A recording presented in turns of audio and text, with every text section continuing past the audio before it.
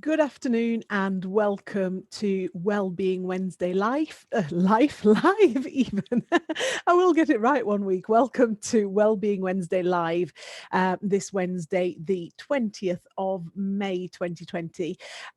You are here on the Educate to Flourish channel, and we're here until 4:30 from 4 o'clock BST, so UK summertime, every Wednesday. Welcome and thank you so much for joining us. So if you've been here before, you know that one of the first things we do is to take the emotional temperature of the room, and then we take it from there with today's topic. So before I do anything else, let's go over and take the emotional temperature. So I'm going to share the screen so that you can see what to do. Just bear with me 1 second while I do that.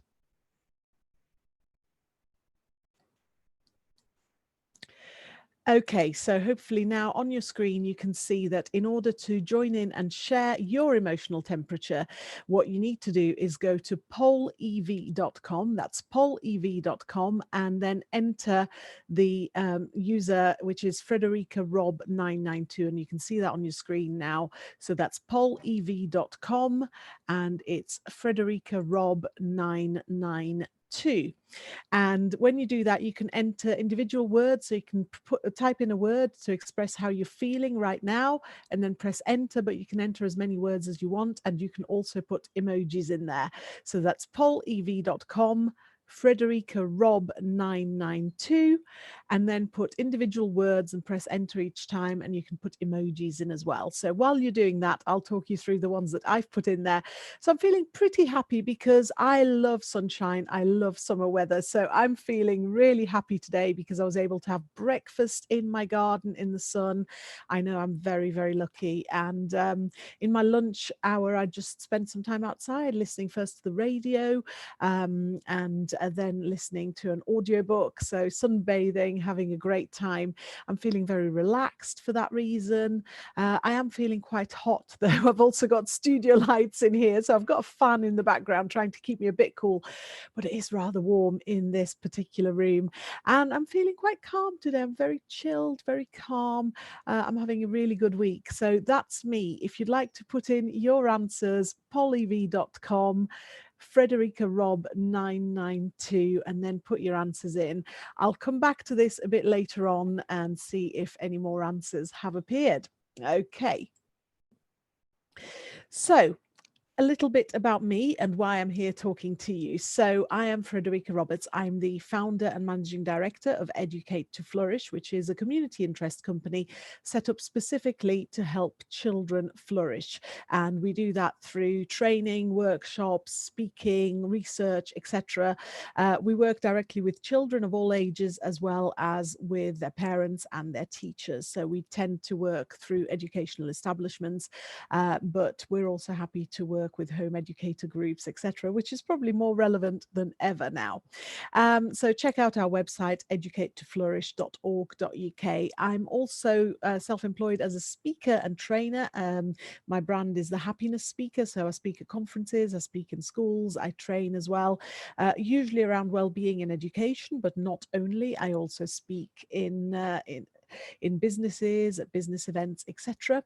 And I've written 3 books on the topic. So Recipe for Happiness was in 2013, and that was my first book, which explores the topic really of happiness and well-being and some of the things you can do to boost your happiness in a fairly generic way. So it's not aimed at schools, it's anybody who wants some tips on how to improve their happiness, and it has a recipe for each chapter as well, actual recipes that make me happy. I love cooking. And then Character Toolkit for Teachers, I co-wrote with Elizabeth Wright, and that came out in 2018. So that's packed full of activities that teachers can do. It's aimed at primary schools, but actually parents can do this with their kids. And I know that university lecturers have used this, and I use this quite a lot, as does Elizabeth, when we do teacher training sessions, workshops, etc. So it works with adults as well. There's a lot of stuff in there that you can use for well-being. And then for Flourishing's sake, very excited, it's not out yet, but it's coming out in Kindle format on the 18th of June, and then in paperback on the 21st of August. And that's really aimed at anybody who wants to improve well-being in their schools, and particularly school leaders and those who are responsible for well-being. And it looks at the science, the research for whole school well-being, whole school positive education, but also very specifically examples from around the world of how people have done it to kind of give you some ideas and inspiration. So that's enough about me. Today's topic actually came from a listener or viewer question last week. So that was Miss Duffy, who asked the question, how can we stay connected with our pupils in schools even though we're having to socially distance? Well, that's a very good question. So I decided, rather than try and answer it very quickly last week at the end of the webinar, to actually address a whole webinar on that. And there's a number of things there that we can look at in terms of how we actually address well-being, how we address positive relationships, really, maintaining communication.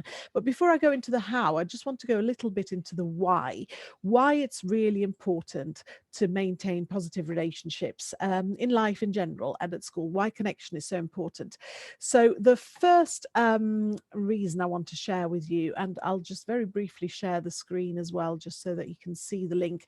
And as always, any links I share with you, you will find on the description of today's webinar. In fact, it's already in there. All the links are already in there, so that when we come off live and this stays as a replay, all the links are there. So this first one is a TEDx talk by Robert Waldringer, which I think was in 2015, if I'm not mistaken. And this was fascinating because Robert Waldringer is not the original researcher, or not one of the original researchers on this particular piece of research he's talking about. This is research that's been running at Harvard since the 1930s, and it started with 724 men and carried on over the years. Now they're researching actually 2,000 plus children of those men, and it's very robust. They've carried out interviews with those men, sent them questionnaires, and obviously their children as well. Now they've spoken to their spouses, important people in their lives. They've done all sorts of medical tests on them, blood pressure, blood tests, all sorts of markers of health. And what they found in very brief, and Robert talks about it far better than I will, so I'll not try and paraphrase it, but really what he's saying is that relationships matter. And what really matters is the quality of relationships, not just the quantity of those relationships. So it's, he says we can be lonely in a relationship, we can be lonely in a marriage. And of course, that's true. It's about quality of relationships and the impact that these have on our physical health, on our mental health, and even on how long we live. And if you go and have a look at that video after you've watched this webinar, it's really fascinating what they've actually found and the detail that he goes into. Okay, so then there's been other bits of research that I just wanted to share with you that are particularly relevant to connection and positive relationships in schools. So there's a study by Ungar et al. As you know, I always try and find if there's some PDFs available online, because not everybody has access to the actual online journals. So I found the PDFs for you. And again, the links to all of these pieces of research are in the description of this video, so you can find them afterwards. This study by Ungar et al. Actually found that schools are a really important environment to provide resilience-enhancing resources for children, particularly through the supportive relationships and social cohesion. So supportive relationships, social cohesion, really important in schools. And of course, that's why Miss Duffy was asking the question, how do we maintain that? And I will come to that, I promise you.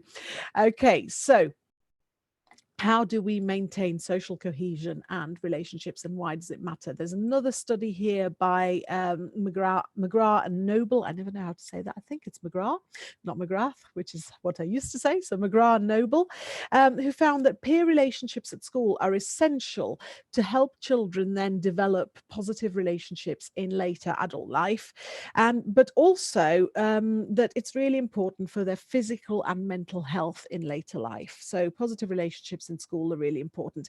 And then there have been numerous studies that I didn't want to bombard you with today that have actually shown that positive peer relationships at school, and as well as the relationships between teachers and parents, can improve academic achievement, can improve engagement in academic work, and also attendance in school. So this stuff is really important.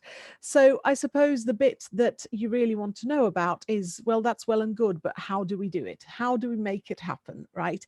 Well, the first thing to remember is that when your children, whether you're working with your children remotely still at the moment through remote lessons and remote support, or whether you're looking at the point in time when those children might be coming back into school. So if you're in the UK, you're probably starting to think and plan and potentially worry about what's going to happen from the 1st of June.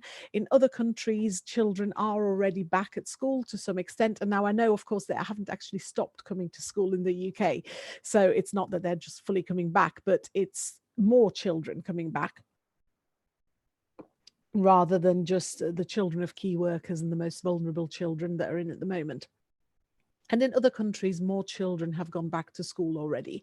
So that return to school might look quite different to what you and they were used to before lockdown, in terms of social distancing, in terms of smaller class sizes being more spread out.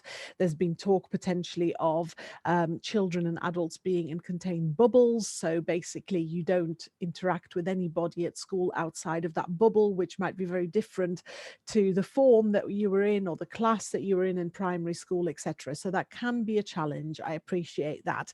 And nobody's saying it's going to be easy, of course not. And the primary thing is to make sure that the children and the staff and the parents who bring those children to school are safe, of course. But beyond that, thinking about the positive psychology element and the relationships, how do we support that? Well, the first thing to remember is that you are still you, and the children are still the children that left when everything went into lockdown. Nothing has changed there. And if you have the same children back, because I appreciate that with splitting classes, you might also find yourself teaching children that you weren't teaching before, and teaching assistants might also be taking classes, so that there are going to be some new relationships to establish. But even then, you are still you, and the children are still children. And you would still do the same things in terms of bringing your personality into the lessons, making sure that you are interested in those children and what's going on in their lives, and particularly now more than ever, giving them the space to express how they feel, to express what they're going through, to express their emotions, basically. Giving them that safe space to do that, letting them know that they are not just physically safe by the measures that you're taking, but that they are emotionally safe, that it's okay to have a wobble, to not feel fantastic, that it's okay to express that and to tell you how they feel, and giving them perhaps more space than you normally would in lesson times to have those conversations, so that they do feel safe, they do feel that they can express how they feel. And that in itself will be incredibly powerful for bonding and connecting and building those positive relationships with those children, and also between those children, those peer relationships. And that will also help to foster that sense of belonging. One of the biggest things as we start to return into schools is to really start building that sense of the school as a community again, as a unit that works together, that supports each other. And that might have been lost a little bit through the distance, through remote learning. I'm sure you've done a lot to support that, and there's still quite a strong sense of community. But as gradually we return into the school environment, we can build that a little bit more just by being there, being present, even if we can't be physically close. And I appreciate that that lack of closeness will be harder with younger children than with older children, of course. So I'm going to then go over into a few activities and things that you can do that can work at different age groups as well. So you can adapt these to make them work to whichever age groups you are teaching and working with. So I'm going to go through 5 very simple things that you can do. Okay, so the first one is an activity that Elizabeth Wright and I, when we wrote this book, Character Toolkit for Teachers, there's a chapter in here about positive relationships, by the way. If you do want to have a look, there's quite a few activities in there on positive relationships, and others as well that will also support relationships and well-being and flourishing, of course. But the chapter on positive relationships has an activity called Helping My Team. So the first thing there is to start exploring the concept of team. So people tend to think typically about sports teams when we think about teams, when we talk about teams, but who is in your team? Who is in your children's team? Well, it could be the class, the form, or it could be, you know, the bubble, the social distancing bubble that you are going to be in. It could be their family. It could be their friendship circles, even if they might not be able to see all of their friends face to face at the moment, but they can still have their friends as members of their teams. They can still have sports teams and activity club teams, even if they're not able to necessarily participate in those activities at the moment. They're still part of those teams. So exploring the concept that each of us belongs to a number of teams at any given time. And once you've established what teams people are in and you've had a discussion around that, you can start talking about how you might be able to support members of those teams. Maybe talk about examples of how, without, of course, anybody having to disclose in a group setting any kind of private information, but how perhaps over the past few days or weeks, individuals might have been able to support members of their various teams. And maybe they know of somebody that could do with some support right now. And how could they do that? And exploring how, even with social distancing, they might be able to support. So, for example, we know that we can take food to people even if we can't actually step into their homes or get closer than 2 meters to them. That is a way we can support somebody. We can support children remotely with their schoolwork, even if we're not face to face with them. We can support our friends if they need somebody to talk to, even if it's a phone call or a video call or any kind of internet connectivity rather than face to face.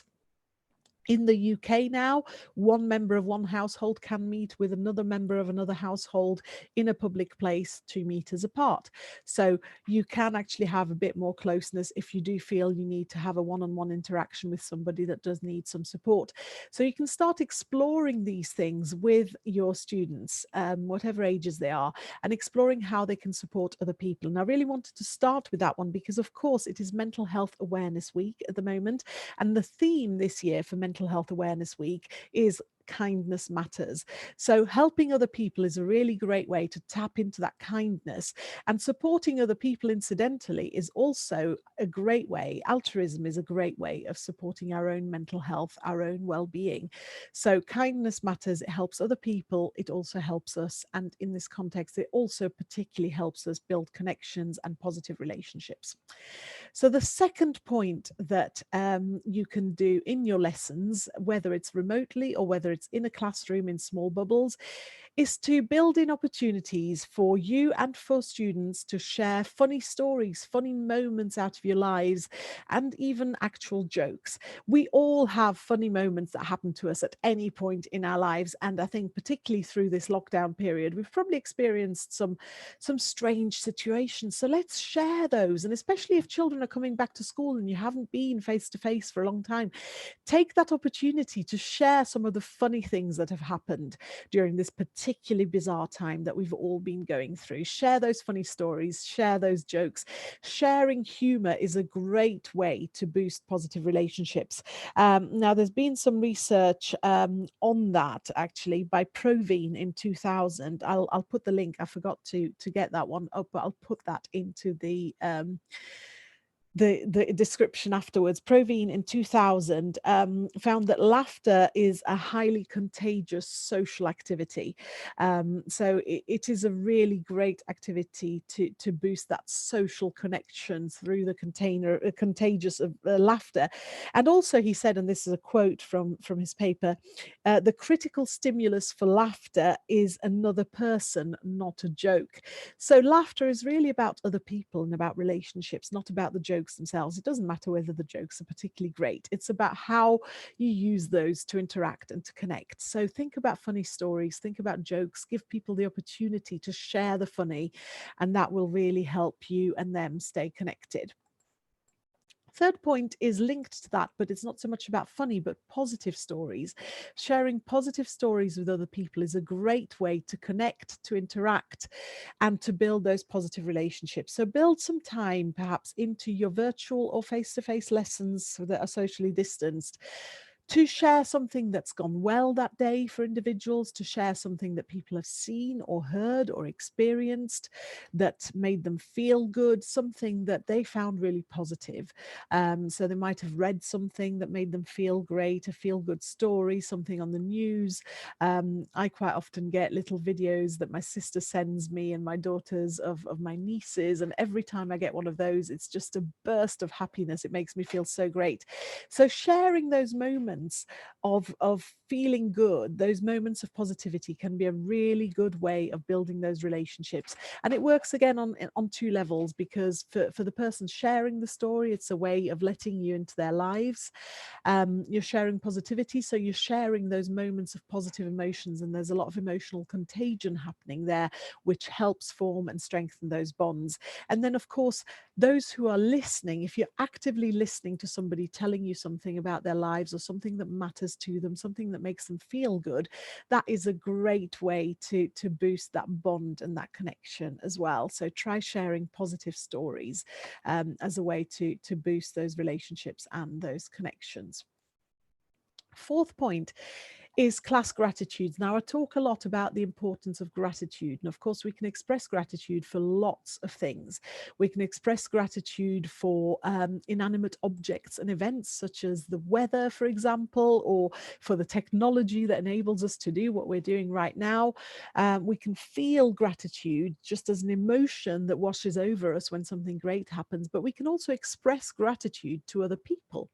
So spend some time and build it into your class to give people the space to express gratitude to other people, whether, I mean, ideally, if there are people in the class, you know, so that you can start building and strengthening those bonds, because people love to be thanked for something they've said or done for somebody else. And the more we express those gratitudes, the more it makes people realize what they can do to support and help other people, that will then generate that gratitude as well. So it kind of starts these spirals of support and helping each other. So we're back to that kindness matters, the theme of Mental Health and Wellbeing Week. And that gratitude, that expression of gratitude, helps the person expressing the gratitude, because expressing gratitude is a fantastic way to boost our well-being. But it's also, again, a way to form and strengthen those bonds and those relationships by expressing the gratitude directly to another person. So build that into your class interactions as well.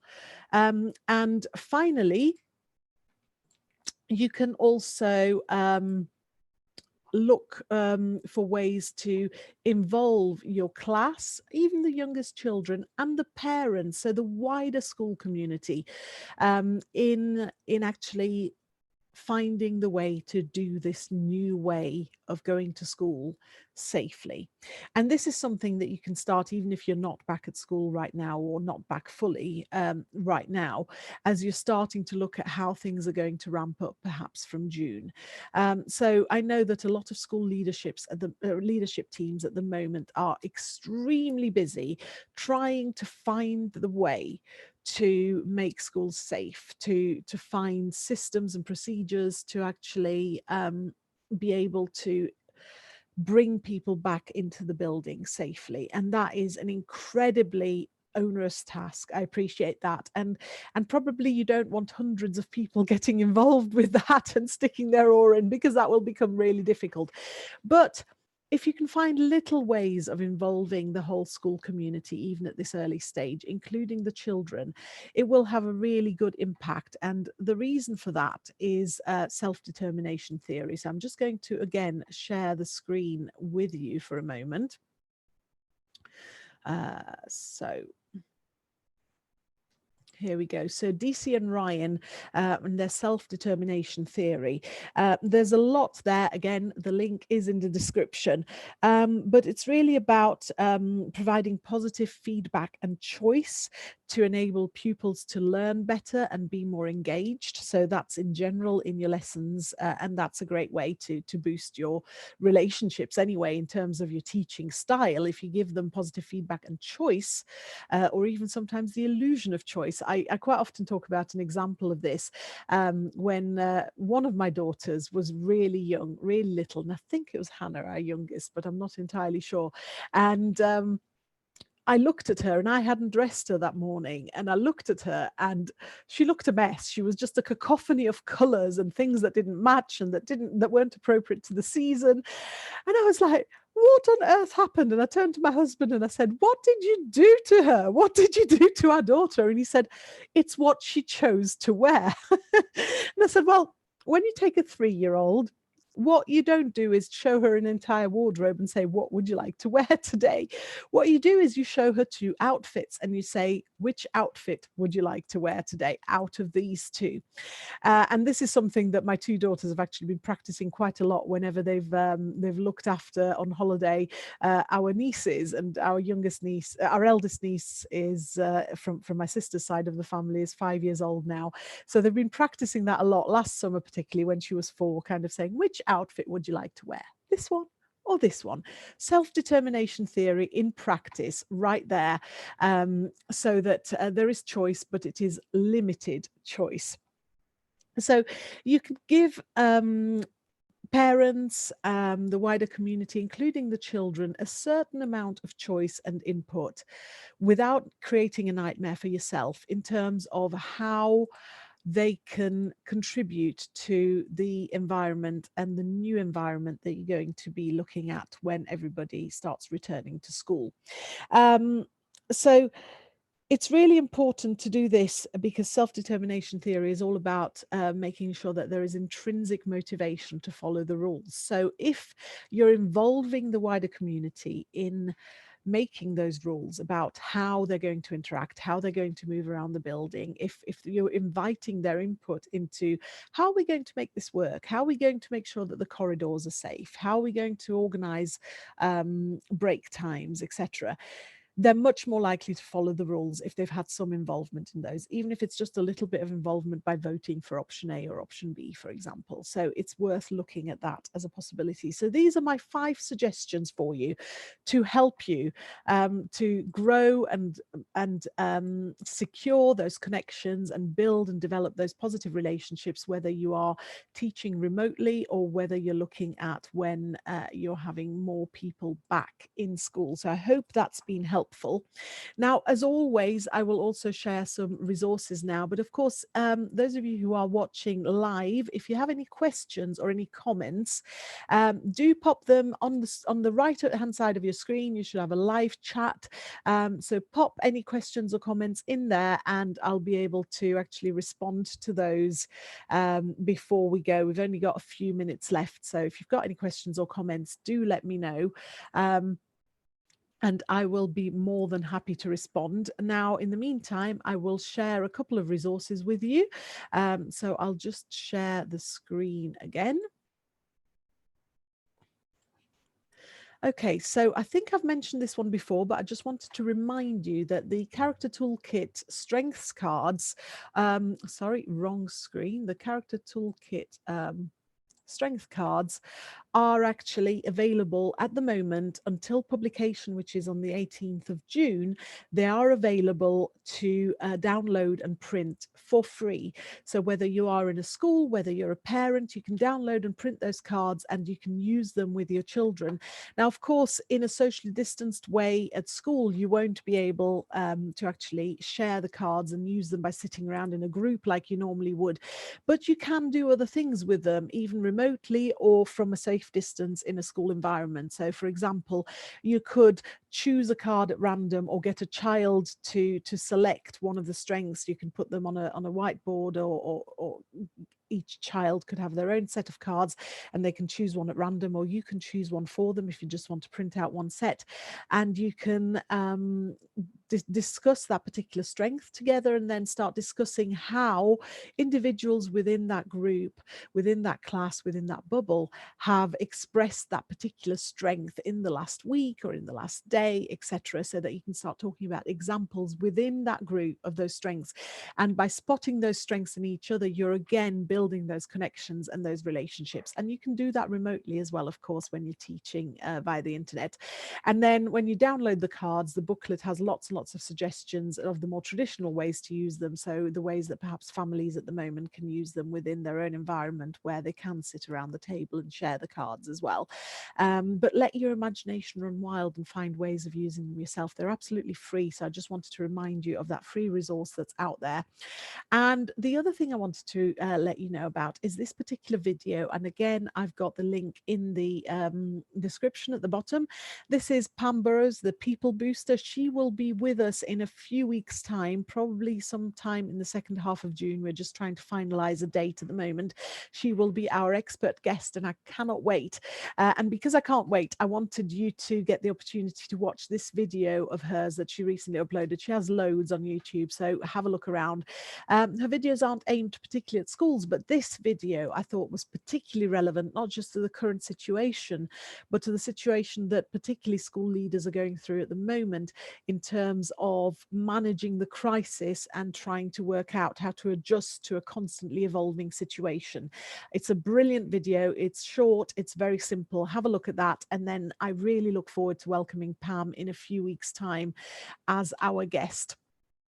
And I did have the links up there, so I'll just very briefly mention them. If you did want more information, more ideas for activities that you can do on relationships from this book, Character Toolkit for Teachers, that is unfortunately not a free resource, but you can buy it either from JKP, who are the publishers, either as an ebook or as a paperback, and from Amazon, and of course all other online retailers that sell books will sell those, not just in the UK, but internationally. So just a quick reminder that there are activities there that you can also go to. So that is it from me. I will just put my contact details on the screen for you as always, so that you know how to get in touch with me. So the hashtag is Wellbeing Wednesday Live, or WB Live. If you want to connect with me and ask me any questions, you can use the hashtag after today. I can't watch it while we are live, but after that, I occasionally pop in and have a look on Twitter to see if there's any questions on there. So if you have any questions, you can use that hashtag on Twitter, Wellbeing Wednesday Live or WB Live, and pop me your questions or comments. But of course, you can contact me directly. So on Twitter, you can contact me via my own Twitter account at Frederica_R, which you can see on the screen right there, or via the Educate to Flourish Twitter account, which is at EduFlourish. So at Frederica_R or at EduFlourish. Any questions, any suggestions for resources that I can share, free resources that I can point people to and send links to in future episodes, please let me know. Anything that supports flourishing and well-being, and particularly at this current time. And you can email me, fred@educatetoflourish.org.uk as well. If you have any topic suggestions for future episodes or any specific questions, you can of course contact me via all those means with those. And if you are an educator or somebody who works around the fringes of education and has expertise in well-being, or if you don't work in education but you have expertise in well-being that you think would be useful for teachers and parents to use on themselves and to support their children, then please get in touch at Frederica_R at EduFlourish or Frederica@educatetoflourish.org.uk, and let me know, because I'm always looking forward to bringing more guests to share their expertise, so you don't just have to listen to me every week for half an hour. So that's it for today. Thank you so much for joining me. It's been fantastic. Thank you for, if you have come in from the sun to join me, thank you for doing that. Have a great rest of the week, and I look forward to seeing you again next Wednesday, 4 o'clock UK time, on Wellbeing Wednesday Live on the Educate to Flourish YouTube channel. Bye-bye.